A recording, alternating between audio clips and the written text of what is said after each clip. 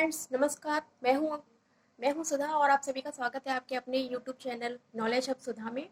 और आज मैं आप सबके सामने लेकर के आई हूं एनसीईआरटी क्लासिक साइंस का चैप्टर 3, जिसका नाम है तंतु से वस्त्र तक, that means fibre to fabric. Sorry दोस्तों, आप सभी जैसा कि इस चैप्टर के जो टाइटल हेड है यहाँ पर, उससे आप सभी को ये चीज़ क्लियर हो रही होगी कि तंतु से वस्त्र तक, that means fibre to fabric. ठीक है, okay. First of all friends, अगर आप सबने मेरे लास्ट वीडियोस देखे होंगे, अ, तो उसमें मैंने आपको स्टार्टिंग से ही मैं सेल्फ मेड नोट्स के थ्रू ही आपको पढ़ाते आ रही हूँ। ठीक है, अपने तरफ से नोट्स बना करके मैं आपको पढ़ाती हूँ। तो अ, बस एक ही चीज़ बोलना चाहूँगी हर बार की तरह कि अगर आपको मेरा वीडियो पसंद आए तो प्लीज़ मेरे वीडियो को लाइक, सब्सक्राइब और शेयर करना बिल्कुल मत भूलिएगा। और अपने कमेंट सेक्शन में अपनी राय देना बिल्कुल भी मत भूलिएगा। तो चलिए स्टार्ट करते हैं। Now let get started friends. सबसे पहला टॉपिक है आपका तंतु। ओके, सबसे पहला टॉपिक क्या है? तंतु। तंतु, यहाँ पर तंतु का मतलब क्या है? तागा या धागा कई पतली लड़ियों में पृथक हो जाता है। जो तागा या धागा होता है वो कई पतली लड़ियों में पृथक हो जाता है। धागे की ये पतली लड़ियाँ और भी अधिक पतली लड़ियों से मिलकर बनी होती हैं, जिन्हें हम तंतु कहते हैं। जिसका मतलब क्या हुआ फ्रेंड्स? तागा या धागा, तागा या धागा दोनों एक ही चीज़ है। तागा या धागा दोनों क्या है? दोनों एक ही चीज़ है। और वो ये कह रहा है कि जो तागा या धागा होता है वो दोनों क्या करते हैं कि वो दोनों एक कई पतली पतली महीन महीन बारीक बारीक लड़ियों में पृथक हो जाता है, डिवाइड हो जाता है, जिसे इंग्लिश में कहते हैं डिवाइड हो जाना। ठीक है, बट जाना। धागे की ये पतली लड़ियाँ और भी अधिक पतली लड़ियों से मिलकर के बनी होती है। जो ये पतली पतली लड़ियाँ होती हैं, इनमें और भी अधिक लड़ियों के कुछ पार्ट्स होते हैं, कुछ तहें होती हैं लड़ियों की। इन लड़ियों को ही हम तंतु कहते हैं। Okay, it's clear. आगे देखते हैं। तंतु दो प्रकार के होते हैं। तंतु कितने प्रकार के होते हैं? तंतु दो प्रकार के होते हैं। पहला कौन सा होता है हमारा तंतु? पहला तंतु हम ये तो हमने पढ़ लिया कि तंतु तंतु क्या होते हैं, हमने पढ़ लिया। अब हम आगे देखते हैं तंतु कितने प्रकार के होते हैं। तंतु दो प्रकार के होते हैं। ठीक है, एक होता है प्राकृतिक तंतु और दूसरा होता है संश्लिष्ट तंतु। ठीक है, प्राकृतिक तंतु क्या होते हैं?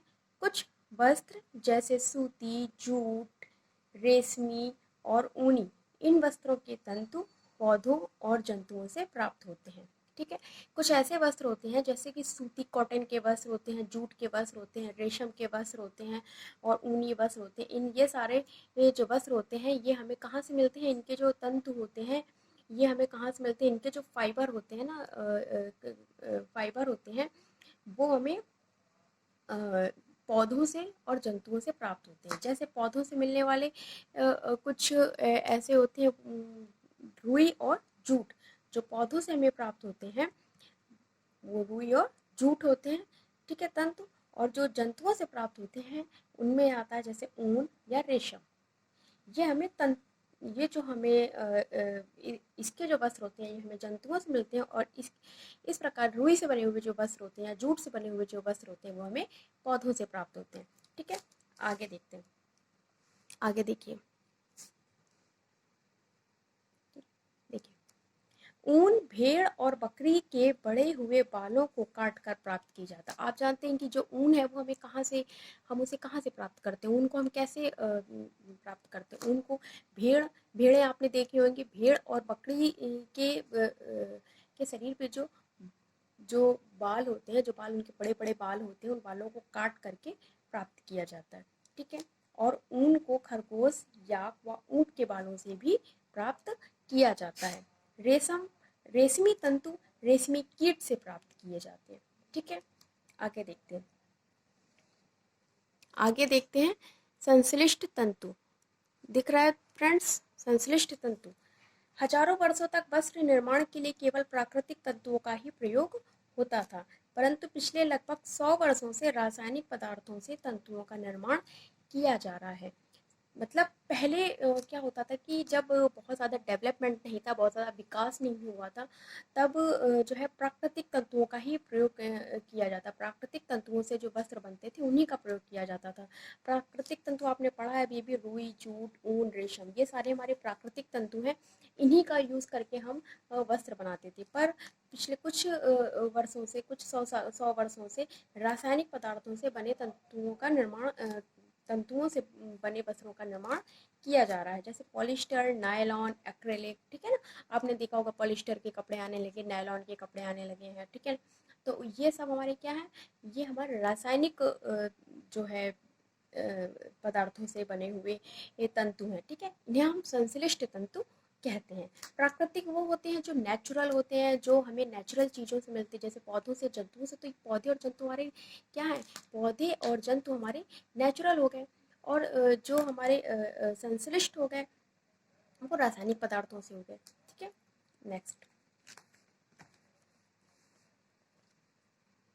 अब देखिए पादप तंतु क्या होते हैं, ठीक है। पादप तंतु, आगे देखिए,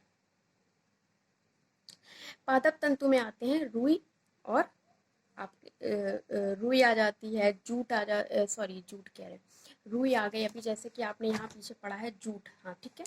पादप तंतु में रुई और जूट आती है, ओके। तो देखिए रुई कैसे प्राप्त होती है। रुई या कपास के पौधे साधारणतया ऐसे खेतों में उगाए जाते हैं जहाँ की मिट्टी काली और जलवायु उष्ण या की गर्म होती है।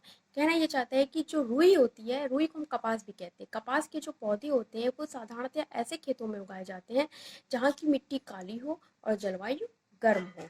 कपास के पौधों में निश्चित अवधि के पश्चात फल आ जाते हैं, जिन फलों को हम कपास गोलक कहते हैं। ध्यान रखिएगा, कपास के पौधों पर जो फल उगते हैं उन फलों को हम कपास गोलक कहते हैं। और इन कपास गोलकों में बीज होते हैं, और इन बीजों को कपास फलों से अलग करने की प्रक्रिया को ही हम कपास ओटना कहते हैं। ये बहुत इंपॉर्टेंट है, इसको देख लीजिए। कपास का ओटना किसे कहते हैं। कपास गोलकों में बीज पाए जाते हैं। जो कपास के पौधे पर जो फल लगते हैं उन फलों को हम कपास गोलक कहते हैं। और कपास गोलक में बीज होते हैं। इन बीजों को कपास के फलों से अलग करने की जो प्रोसेस होती है उसे हम कपास ओटना यानी कि गिनिंग प्रोसेस कहते हैं। यहाँ पर देख लीजिए कुछ यहाँ पे इम्पोर्टेंट मैंने लिखा है। वस्त्र धागे से मिलकर बनते हैं और धागे भी तंतुओं से मिलकर बने होते हैं। जो हमारे वस्त्र होते हैं, वस्त्र कैसे बनते हैं, धागों से मिलकर बने होते हैं, और धागे धागे तंतुओं से मिलकर बने होते हैं, ठीक है। ये एक पॉइंट है, ठीक है।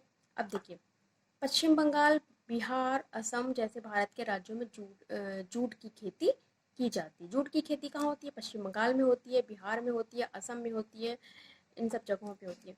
कपास के बीजों को रुई से अलग करने की प्रक्रिया को ओटना या गिनिंग कहते हैं। गिनिंग प्रोसेस क्या होता है, कपास के बीजों को रुई से अलग करने की प्रक्रिया को ओटना या गिनिंग कहते हैं। दैट मीन्स कपास के जो पौधे होते हैं उनके ऊपर जो फल लग जाते हैं, उन फलों के अंदर बीज होते हैं। उन बीजों को कपास से अलग करने का जो प्रोसेस हो जाता है वो गिनिंग प्रोसेस कहलाता है, यानी कि कपास को ओटना। इस प्रकार से हमें कपास यानी कि रुई प्राप्त हो जाती है। पारंपरिक ढंग से कपास हाथों से ओटी जाती थी, परंतु वर्तमान समय में कपास को ओटने के लिए मशीनों का भी उपयोग किया जाता है, ठीक है।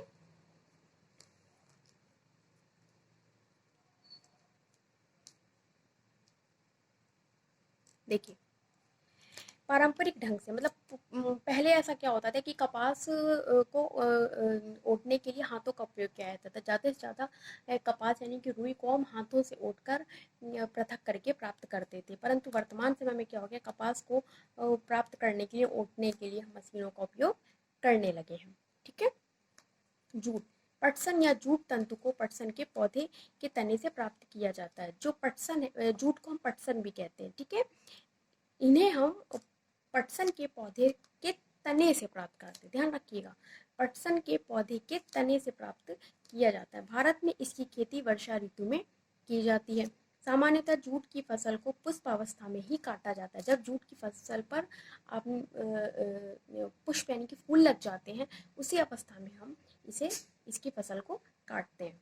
फसल कटाई के पश्चात पौधों के तनों को कुछ समय के लिए जल में डुबोकर रख देते हैं और ऐसा करने पर तने गल जाते हैं और जूट को हम पटसन तंतुओं से अलग कर लेते हैं। जब तने गल जाते हैं तो जूट को हम पटसन तंतुओं से अलग कर लेते हैं। ठीक है, प्रोसेस समझ में आया? प्रोसेस ये है कि जो पटसन यानी कि जूट तंतु है उसको पटसन के पौधे के तने से प्राप्त किया जाता है और पटसन के पौधे के जो तने होते हैं उनको हम कुछ समय के लिए जो है पानी में डुबो कर रख देते हैं, जिससे तने गल जाते हैं और पटसन तंतु को हम आसानी से अलग कर लेते हैं। ठीक है, ये प्रोसेस हो गया हमारा जूट का।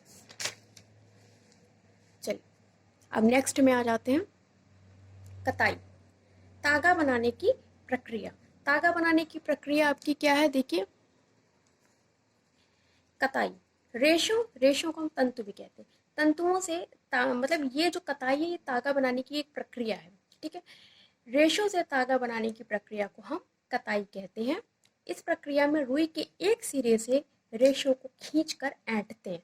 देखिए, रुई आपने देखा होगा, रुई होती है, रुई के एक सिरे का, रुई जो है उसके एक सिरे से रेशों को जो उसके रेशे होते हैं उसको खींचेंगे, खींच करके ऐंठ देंगे। ऐसा करने से रेशे पास पास आ जाते हैं और इस प्रकार तागा बन जाता है। कताई के पश्चात तागों का उपयोग वस्त्र बनाने में किया जाता है। जो कताई प्रोसेस है ये तागा बनाने की एक प्रक्रिया है।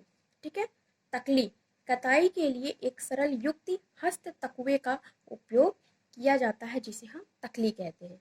ये कताई के लिए एक युक्ति है जिसे कताई के लिए यूज किया जाता है, तागा बनाने के लिए यूज किया जाता है।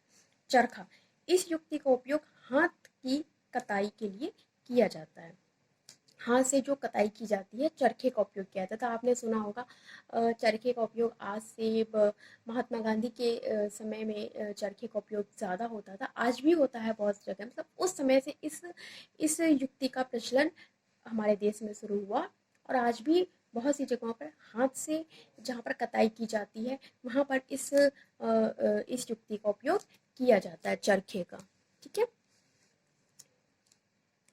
अब देखिए, बड़े पैमाने पर तागों की कताई का कार्य मशीनों की सहायता से किया जाता है। जहाँ पर एक बहुत बड़े लेवल पे हमें तागों की कताई करनी होती है वहाँ पर हम मशीनों का उपयोग करते हैं।